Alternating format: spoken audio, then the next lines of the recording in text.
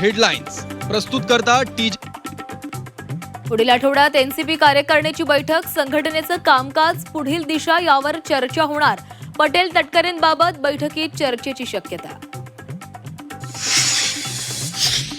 मराठा आरक्षणासाठी जरांगेंचा पुन्हा एल्गार. आज सकाळी 11 वाजता अंतरवाली सराटीमध्ये आंदोलनाची घोषणा करणार.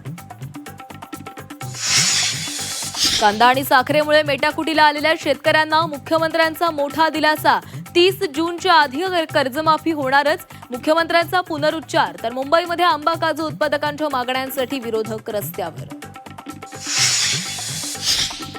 काही बेरोजगार तरुण झुरळासारखे असतात, सरन्यायाधीश सूर्यकांत यांची टिप्पणी. आता दिल्लीमध्ये न्यायमूर्ती सूर्यकांत यांच्या घरासमोर आंदोलन करा. संजय राऊतांचा शिंदेंच्या शिवसेनेला टोला. लातूरमधील माजी प्राध्यापक पी.व्ही. कुलकर्णी पेपरफुटीचा मास्टर माइंड असल्याचं समोर. विद्यार्थ्यांना दिलेला प्रश्न हुबेहूब नीटच्या परीक्षेमध्ये आल्याचं उघड. आतापर्यंत देशभरातून 7 जणांना अटक.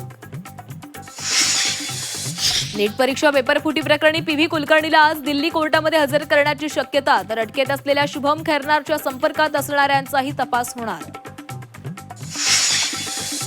कारागृहात असूनही भोंदू खरातची कमाई सुरूच. रिंग रोड भूसंपादनामध्ये 2 जागांच्या मोबदल्यात खरातला मिळणार 3 कोटी रुपये. हडपसर बॉम्ब प्रकरणातील आरोपीला आज पुणे कोर्टामध्ये हजर करणार. रुग्णालयाचं बिल परवडत नसल्यानं रागातून बनवली बॉम्ब सदृश्य वस्तू.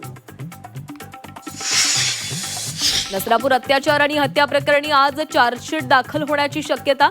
महत्वाचा साक्षीदार पोलिसांच्या हाती.